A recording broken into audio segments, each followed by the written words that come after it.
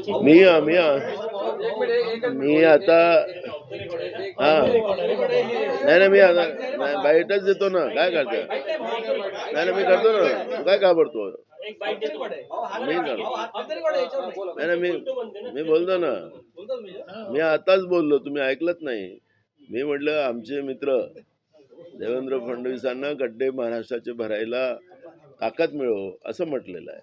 तर ते आमचेच म्हणतो, मी पण त्यांना आमचे मित्र आम्ही असंच म्हणतो. असं आम्ही आमचं म्हटल्यामुळे काय झालं, ते देवेंद्र फडणवीस माझ्या काँग्रेसमध्ये आलेत का? अनर्थ करू नका. हे महाराष्ट्राचं कल्चर आहे आणि महाराष्ट्राच्या कल्चरमध्ये विचाराची लढाई वेगळी होऊ शकतं, पण जे काही संबंध असतात ते संबंध कायम ठेवायचे, हे महाराष्ट्र कल्चर आहे. आणि महाराष्ट्राचं कल्चर आम्ही सांभाळलं तर कोणाला अडचण कशाला असावी. आम्ही विधानसभेच्या रेकॉर्डला ते पण बोलतात आणि मी पण बोलतो, रेकॉर्डला आहे आमचं. त्याच्यामुळे आमची मैत्री ही काही लपलेली नाही महाराष्ट्राला.